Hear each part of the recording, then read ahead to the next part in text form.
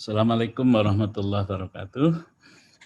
Selamat siang, salam sejahtera untuk kita semua.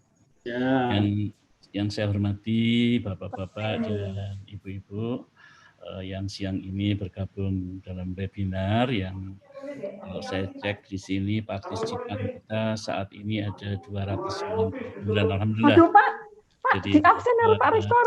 banyak yang bergabung dengan kita.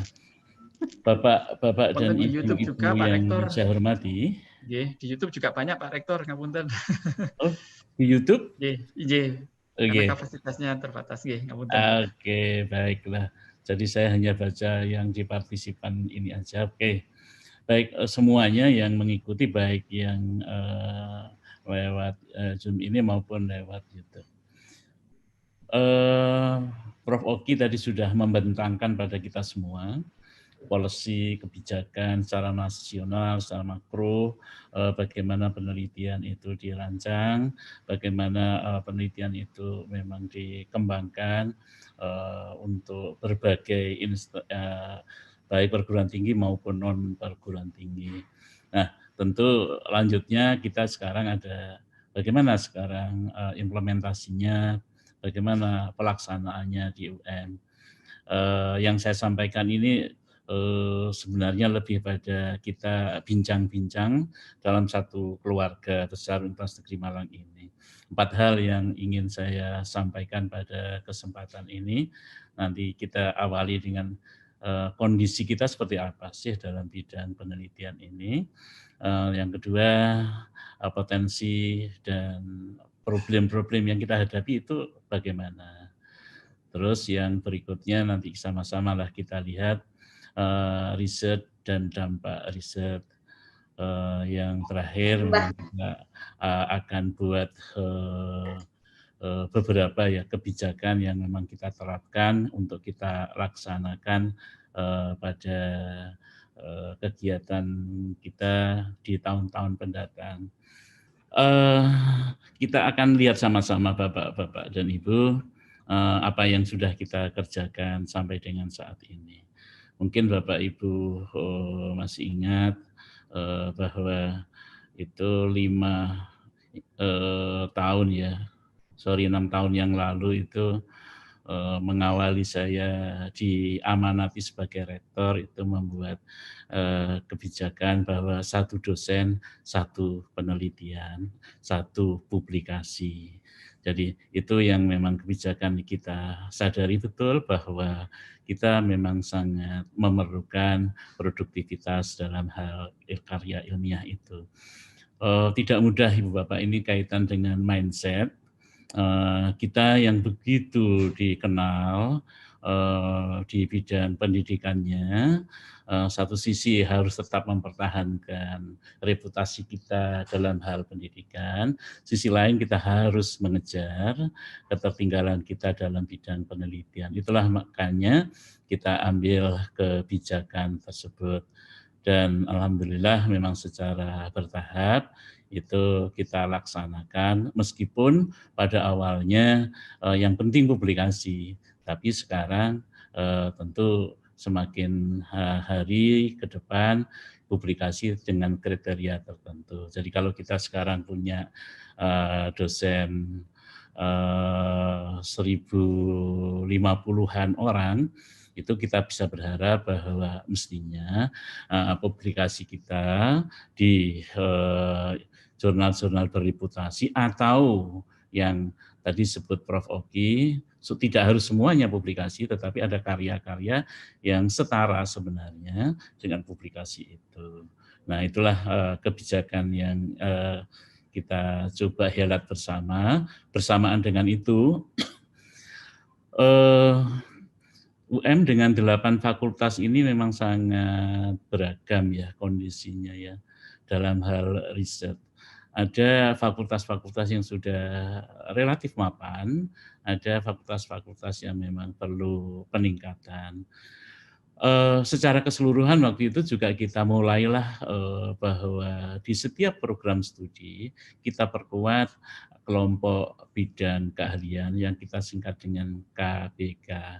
Nah, kalau saya boleh sebut memang yang sudah berjalan KBK itu di MIPA, Fakultas MIPA, ini memang tradisi itu sudah berjalan lama, sementara yang lain ini memang harus melakukan penyesuaian. Bahkan tahap-tahap awal waktu itu bagaimana kalau KBK itu kita lakukan, saya misalnya selain kelompok bidang pendidikan, ya bidang saya di pendidikan bahasa, itu bagaimana kalau juga saya masuk di KBK linguistik. Kebijakannya kita ambil tahap awal silahkanlah 1 orang 2 kamar. Tapi saat ini kita sudah memastikan bahwa setiap orang hanya ada dalam 1 kelompok bidang keahlian. Nah dari situlah maka kita bisa melihat di sini mulai tahun 2017, 18, 19 itu capaian-capaian penelitian kita alhamdulillah cukup membanggakan. Jadi itu juga yang mengantarkan kita sekarang ranking, kalau kita ranking kementerian Dikbud itu ada di posisi 14. Ini semua adalah karya-karya kita dari riset kita yang memang kita lakukan secara bersama-sama. Peneliti asing juga kebijakan kita kemarin setiap judul penelitian yang didanai BNPB itu memang harus melibatkan peneliti asing. Tidak tanggung-tanggung Bapak-bapak dan Ibu, memang mulai 2 tahun lalu kita sudah menggunakan dana BNPB kita 25 miliar, bahkan kemarin kita sampai dengan 40 miliar untuk mendongkrak kinerja penelitian kita. Dan alhamdulillah sekali lagi hasilnya cukup membanggakan untuk kita semua. Slide selanjutnya. Nah kalau kita bicara kinerjanya seperti apa, kalau kita lihat mulai 16 tahun 2017 sampai dengan 2020, alhamdulillah kita terus setahap demi setahap bisa meningkatkan kinerja penelitian kita. Terus slide berikut. Nah kalau kita coba lihat 20 besar institusi Indonesia tadi sudah disampaikan Prof. Oki, saya kira itu terus saja sudah. Lanjut. Ya, di situ kita ada memang. Nah, berikut kalau kita coba, nah disinilah kita sudah mulai bisa berkompetisi dengan berbagai perguruan tinggi di Indonesia ini. Ya, kita sudah bisa melihat bahwa alhamdulillah Scopus kita sudah cukup bagus dari waktu ke waktu. Jadi untuk Google Scholar kita juga cukup membanggakan, sampai dengan untuk Web of Science kita juga cukup bagus, citasi kita juga menunjukkan bahwa sangat signifikan. Kita sangat optimis bahwa tahun-tahun ke depan kinerja kita akan lebih baik lagi. Lanjut. Iya. Inilah nama-nama 20 orang penulis terbaik di Indonesia yang masuk di 20 ini, ya slide-nya kecil banget. Ada berapa nama ya di sini? Ya, terus besarkan.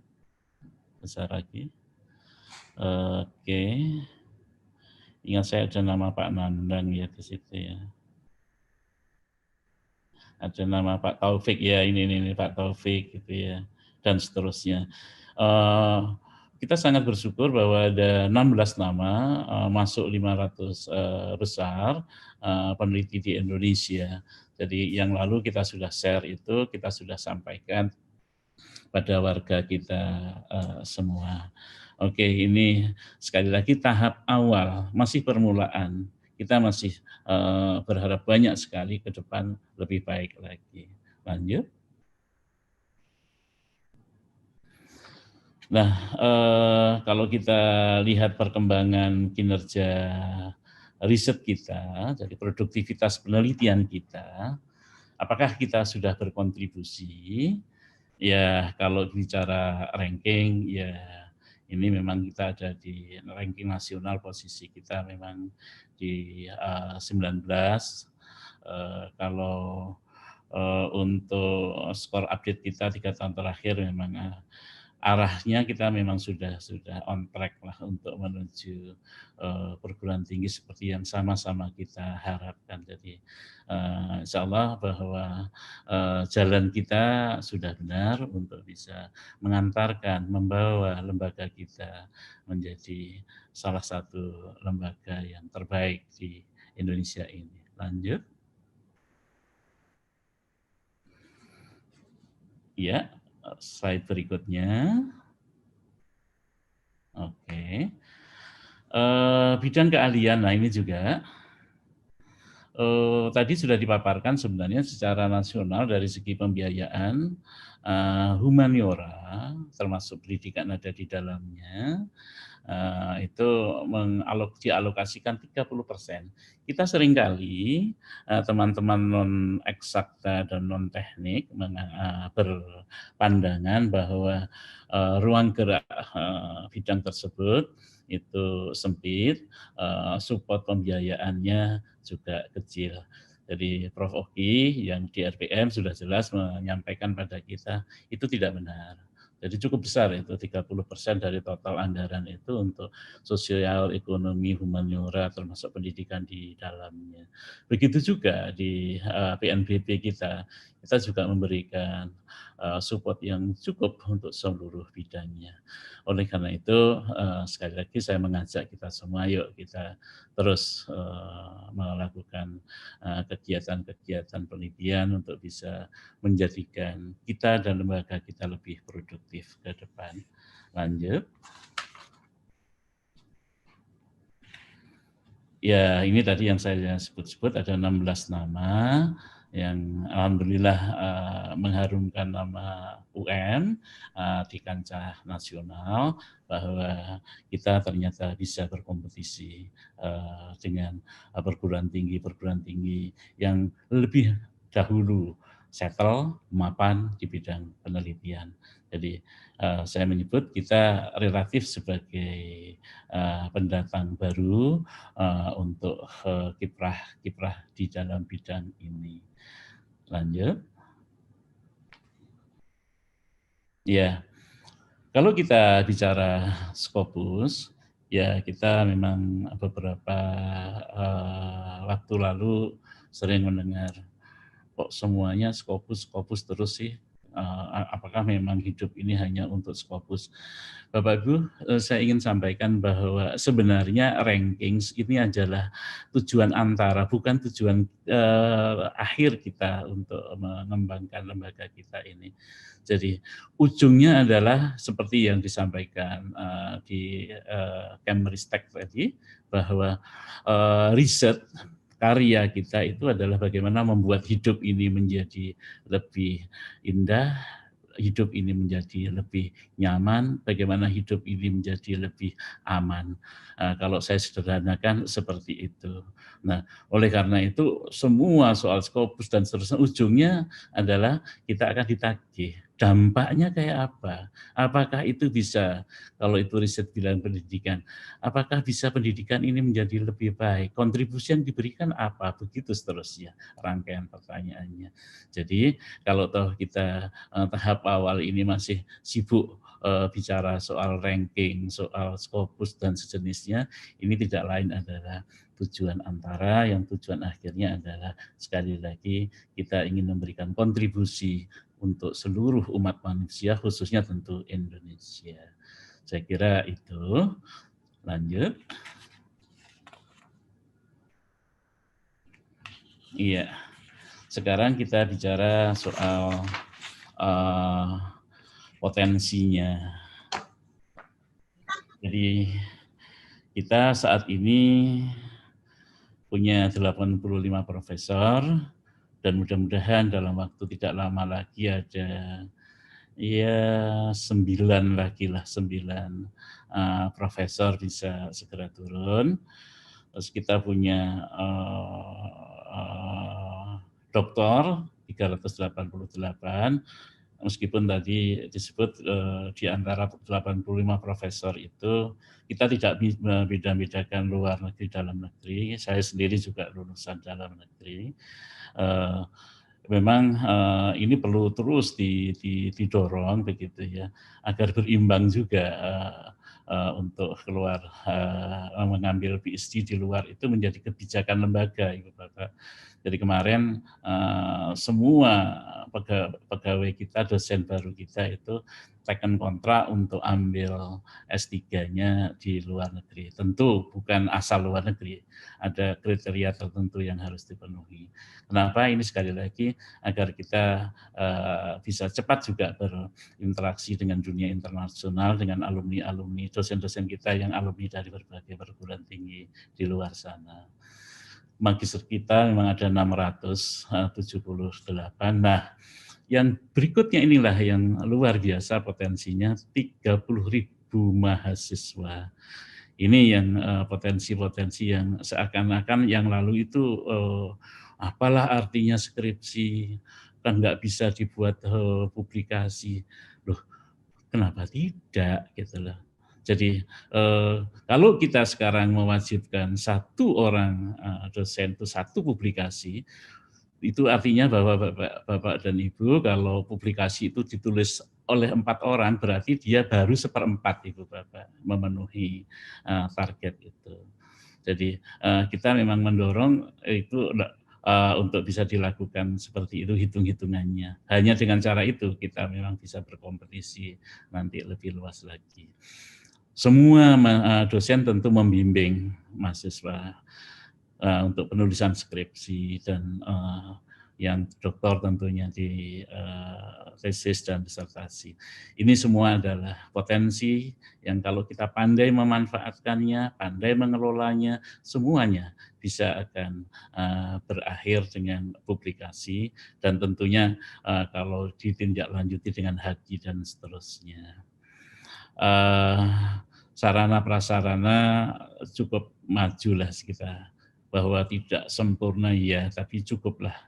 Pendanaan PNBP tadi saya sebut bahwa kita memang sangat-sangat peduli, perhatian terhadap bagaimana kita bisa meneliti.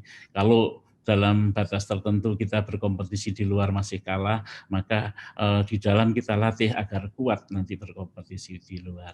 Strategi-strategi yang dikembangkan di LP2M diarahkan ke sana, Ibu dan Bapak. Kerjasama dan sistem kerjasama kita memang harus terus dan terus-menerus kita perkuat lah seperti itu. Dengan kata lain, potensi yang kita punya itu sangat-sangat memungkinkan kita menjadi perguruan tinggi hebat dalam bidang riset, Ibu dan Bapak. Lanjut. Ya, slide berikut.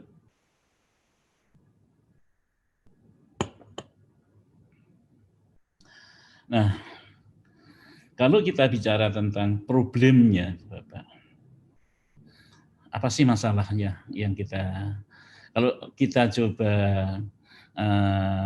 dengan pikiran terbuka, kita lihat sebenarnya kualitas SDM peneliti kita relatif masih rendah dan kurang merata antar unit, antar fakultas. Contoh Bapak Ibu, untuk bidang-bidang sosial, kemampuan untuk analisis data bidang-bidang sosial kualitatif itu relatif memang kita perlu terus-menerus digenjot. Oleh karena itu lembaga UM ini sudah menugasi, mengamanahi LP2M untuk menyelenggarakan workshop, diklat, untuk kita semua, untuk dosen secara bergelombang, bagaimana andal dalam penguasaan metodologi penelitian termasuk dalam hal pengolahan dan analisis data. Jadi kita problem itu kita atasi dengan kebijakan-kebijakan yang, dan itu sudah berjalan. Kuantitas kualitas peneliti asing yang terlibat dalam penelitian memang masih sedikit. Ya, kita baru mulai 2 tahun lalu, Ibu Bapak. Jadi sebelumnya nol, tidak ada penelitian memang. Maksud saya peneliti asing yang terlibat. Nah, sekarang semua penelitian wajib hukumnya untuk melibatkan peneliti asing. Terus peran dan kerjasama kelompok bidang keahlian tadi saya singgung Bapak dan Ibu, alhamdulillah secara bertahap KPK kita semakin mantap, semakin kuat, sehingga tentu di belakang nanti kita harapkan kalau mahasiswa waktu akan nulis skripsi atau nulis tesis atau nulis disertasi, mereka ibarat sudah seperti masuk restoran, di situ menunya sudah lengkap, dia mau masak apa, masakan itu, dan dia sekaligus memasaknya di bawah bimbingan, di bawah bantuan, di bawah koordinasi dosen-dosen kita. Nah, disinilah pentingnya sekali lagi KPK ini. Hanya dengan KPK yang tangguh lah kita memang akan bisa menjadi lembaga yang andal dalam bidang penelitian ini. Peran untuk pusat unggulan ITEK kita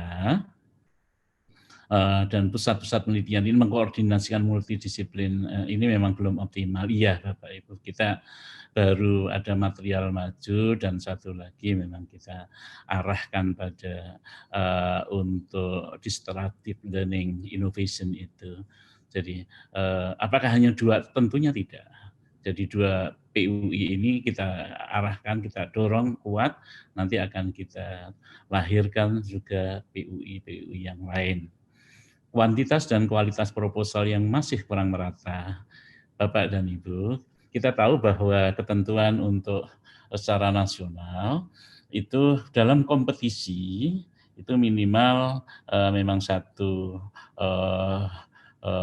katakanlah dana, satu judul penelitian itu harus berkompetisi dengan 3 proposal lainnya. Itulah makanya kita masih juga sering kesulitan, kewalahan untuk melahirkan proposal-proposal yang andal. Contoh, 2020 kemarin itu kita mestinya membutuhkan ada sekitar 3.000-an proposal itu Bapak untuk memenuhi, untuk menyerap anggaran PNBP kita.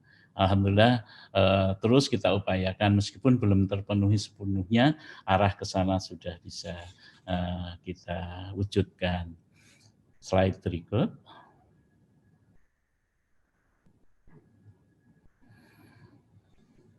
Ya, kerjasama penelitian dengan berbagai pihak yang relevan, baik pendidikan dasar, menengah, perguruan tinggi, lembaga pemerintah dan swasta, baik nasional maupun internasional, masih perlu kita optimalkan. Itulah makanya kita merajut kerjasama dengan semua pihak yang memang berpotensi untuk ini, dengan perguruan tinggi negeri maupun swasta, dalam maupun luar negeri, semuanya kita lakukan ini.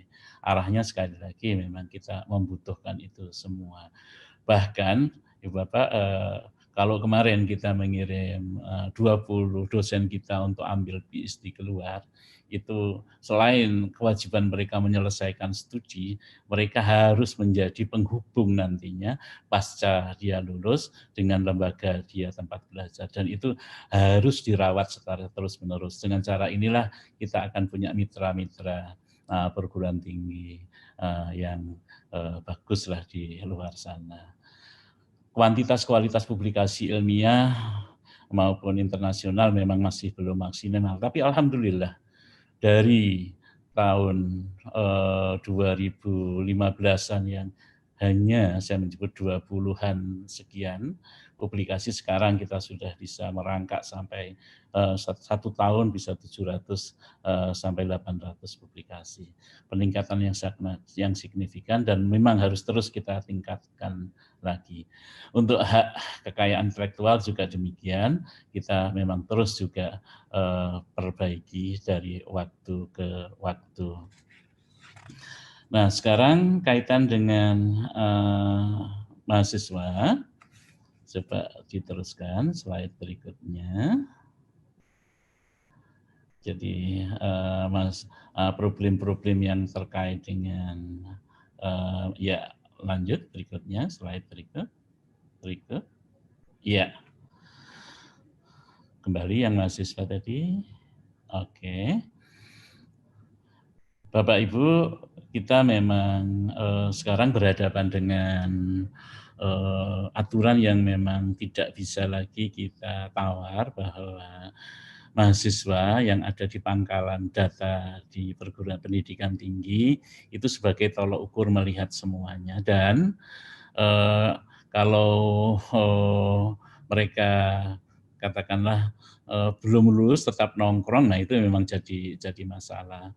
Jadi itulah makanya berlaku mulai semester ini kita memang keras dan akan kita sosialisasikan pada mahasiswa. Mahasiswa yang tidak KRS-an itu sama saja mahasiswa tidak kuliah. Jadi dia tidak akan bisa mengambil mata kuliah. Itu berlaku 2 semester, otomatis di pangkalan dikti mahasiswa tersebut sudah terhapus. Kata lainnya DO sudah. Jadi itu memang kita mengambil langkah sangat tegas dan mahasiswa kita beritahukan dengan terus intens untuk memberikan. Nah, salah satu memang yang mendorong mahasiswa kita itu molor, itu memang penulisan skripsi, tesis, disertasi. Kita sekarang sudah punya Sipejar, insya Allah Sipejar itu media yang sangat andal, Ibu Bapak. Kita bisa berkomunikasi dengan baik dan terlacak. Yang beler itu mahasiswanya atau respon dosennya yang memang kurang cepat. Itu semuanya di jejak digital tidak bisa dihapus. Oleh karena itu kita memang menyiapkan perangkat digital itu di Sipejar yang akan membuat kita semua lebih lancar, lebih mudah untuk memantau, memonitor proses penulisan skripsi, tesis, disertasi. Kuantitas, kualitas penelitian ya masih rendah, mahasiswa kesulitan menentukan topik, topik-topik riset terlalu beragam, kadang-kadang sudah keluar dari yang sudah kita tentukan. Itulah sekali lagi kenapa KBK harus hadir, Ibu Bapak.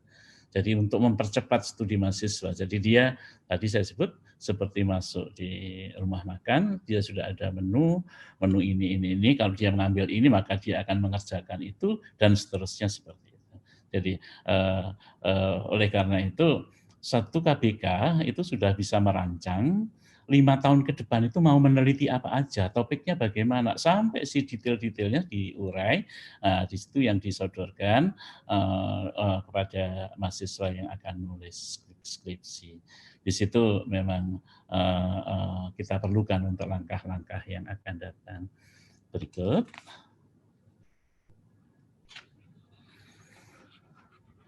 Ya, kalau ranking ini implikasi dari kerja keras kita lah. Insya Allah kalau kita kerja keras akan bisa lah, target kita memang masuk 10 besar, Ibu Bapak. Tentu tidak bisa 1 tahun lompatannya dari 14 ke 10, tapi secara bertahap kita akan sampai di situ. Begitu juga untuk ranking Dikbud untuk secara keseluruhan nanti di kementerian, ya perguruan tinggi, ranking perguruan tingginya. Begitu juga pengabdian masyarakat. Ini Ibu Bapak yang membuat kita ambil kebijakan kemarin.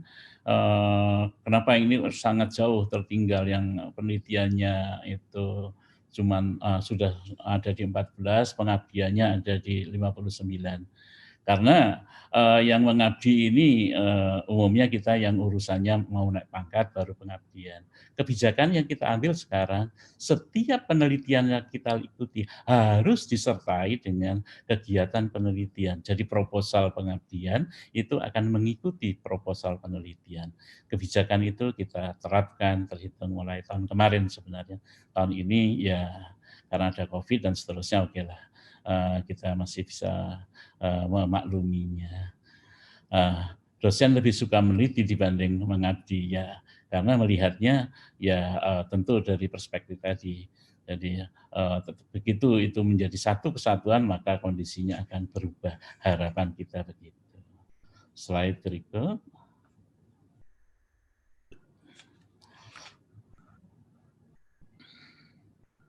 Iya. Ibu Bapak, kalau kita bicara kelembagaan, jadi kalau kementerian tadi sudah punya standar, UM menerjemahkan standar untuk penelitian itu sudah, dan itu sudah di SK-kan, dan kebijakan dan standar penelitian ini wajib hukumnya untuk sama-sama kita ketahui. Jadi ini tidak hanya tersimpan di LP2M, tapi kita semua akan menjadikan itu sebagai rambu-rambu, sebagai petunjuk arah kita mau bekerja bagaimana, kita mau melakukan kegiatan penelitian seperti apa. Kita memang terus membuat regulasi-regulasi untuk kaitan dengan meningkatkan kinerja penelitian khususnya. Baik yang regulasi terkait dengan reward punishment maupun regulasi-regulasi lain yang intinya tetap mendukung bagaimana kinerja lembaga kita khususnya penelitian dan pengabdian menjadi lebih baik. Kita memang juga Renstratis sudah kita rumuskan. Kalau ini semua sebenarnya yang menjadi bahan Bapak Ibu untuk kita tadi disebut-sebut Prof. Oki berganti wajah ya, berganti wadah gitu ya, dari BLU menjadi PTNBH. Proposal sudah kita kirim, sudah kita sampaikan di kementerian, tapi lagi-lagi karena kondisi saat ini, COVID-19 ini, maka review pembahasan terhadap proposal kita, jadi proposal UM menjadi PTNBH masih terkendala. Tentu tadi Renstratis, Rensa penelitian, pengabdian seterusnya itu juga mengacu ke sana. Mungkin Bapak Ibu masih ingat bahwa ya tahun 2016-2017 waktu yang lalu seringkali wah ini gimana mau ke jurnal internasional bahasa Inggrisnya seterusnya. Saya berkali-kali di berbagai forum mengatakan ini bukan soal bahasa Inggris, asalkan risetnya bagus, produk bagus, dikemas dalam artikel bagus, serahkan saja dalam bahasa Indonesia, nanti akan dikonversi ke dalam bahasa Inggris untuk bisa masuk ke jurnal-jurnal berreputasi. Waktu itulah maka kita sudah membentuk ada tim percepatan publikasi, kita buat juga bersamaan itu agar tidak terjadi plagiasi, itu kita juga menggunakan berbagai mesin untuk mengukur plagiasi dan seterusnya. Artinya ini adalah upaya-upaya pendukung untuk bagaimana kita bisa mencapai target-target yang kita susun. Kita juga tadi sudah saya sebut berbagai untuk memperkuat, untuk membuat kita lebih andal dalam hal metodologi agar tidak salah, tidak kalah dalam berkompetisi, maka kita sudah melakukan berbagai kegiatan seperti itu. Soal insentif saya kira Bapak Ibu sudah mungkin sudah mengalami langsung ya. Kita tentu mengoptimalkan sumber dana dan sumber daya yang kita punya untuk target tersebut. Jadi untuk alokasi dana penelitian dosen ada sendiri, teknik khusus juga demikian, mahasiswa pun itu ada alokasi-alokasi kita buat seperti itu. Jadi ini kebijakan-kebijakan yang kita ambil, yang kita putuskan untuk menjadikan UM ini lebih hebat lagi di dalam bidang penelitian. Lanjut.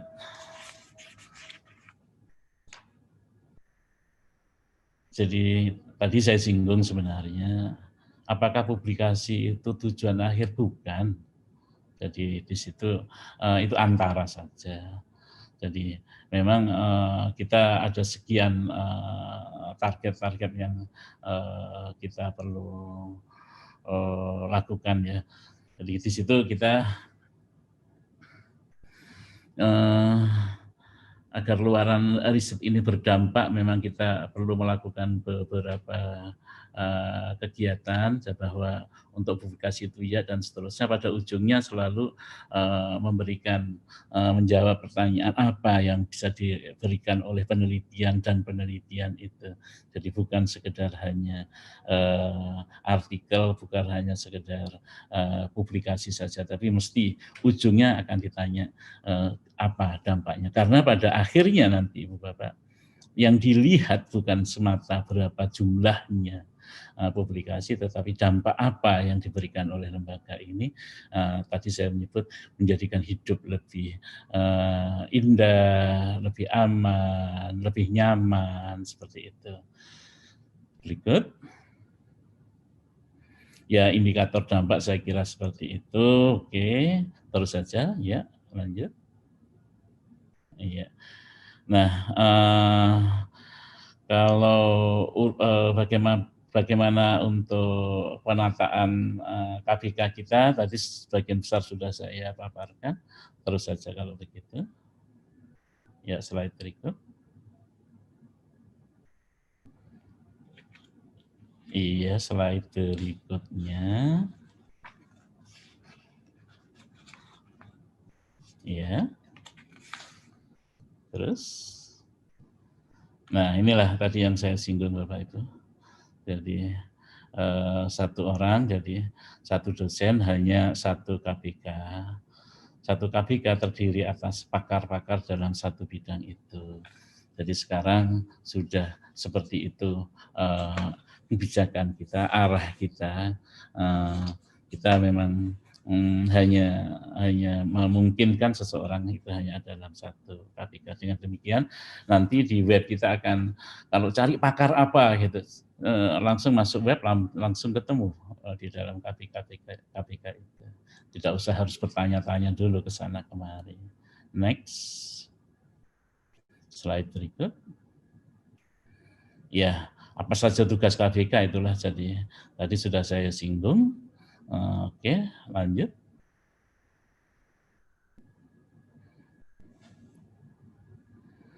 Jadi ya termasuk ini, ya lanjut. Itulah tugas KVK. Ya, akses yang diperluas terus.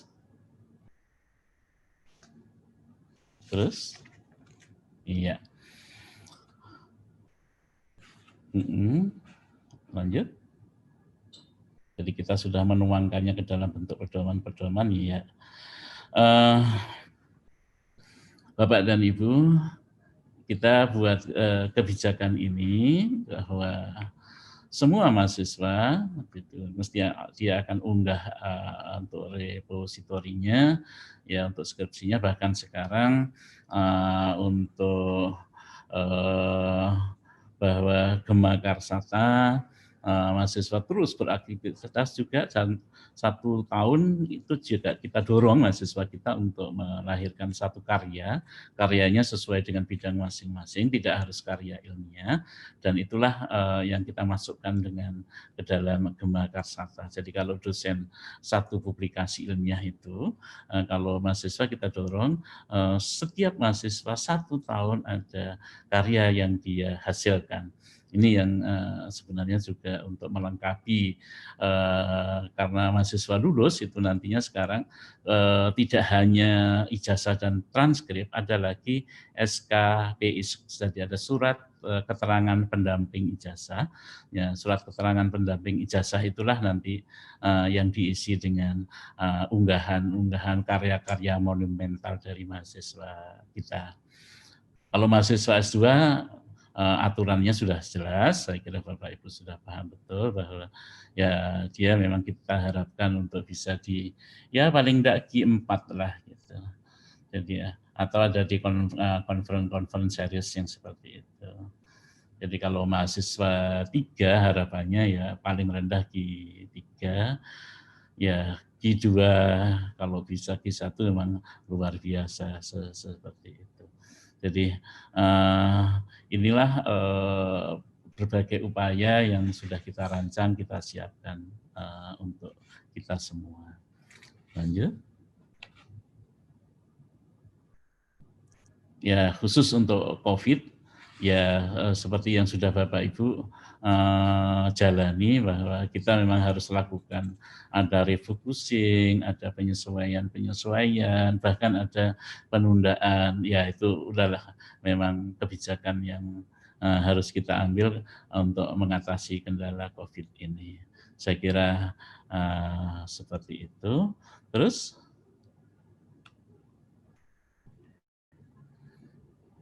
Terus ya lanjut ya. Iya. Nah, untuk mahasiswa Bapak Ibu, ini memang kita memang juga mendorong, tadi Prof. Oki juga menyebut-nyebut ini sebenarnya potensi yang luar biasa juga. Jadi kita pun juga meresponnya, kita memberikan ada hibah skripsi, ada hibah disertasi, ada hibah tesis, penulisan tesis itu, ada inovasi mahasiswa PKM, ada inovasi PIMNAS, ada publikasi skripsi, dan seterusnya. Semuanya kita fasilitasi untuk mendongkrak publikasi kita. Ya, aturannya sudah ada bahwa kalau hibah-hibah seperti itu ada ketua pengusulnya, dosen, bisa jadi mahasiswa, dan seterusnya. Kita sudah membuat regulasi yang jelas tentang hal itu. Jadi setiap penelitian dosen itu wajib menyertakan mahasiswa. Ini juga Ibu Bapak bagian dari bagaimana mempercepat mahasiswa kita untuk lulus, cepat lulus. Jadi kalau satu penelitian misalkan melibatkan sampai 4 mahasiswa S2, bisa 4 mahasiswa S1. Harapannya memang laporan penelitian selesai, sebenarnya masalah penelitian untuk penulisan laporan untuk skripsi atau tesis, atau bahkan disertasi itu juga harusnya sudah rampung. Sekali lagi kebijakan ini diarahkan untuk kepentingan yang saya sampaikan tadi. Terakhir harapannya, ya slide berikut. Ya,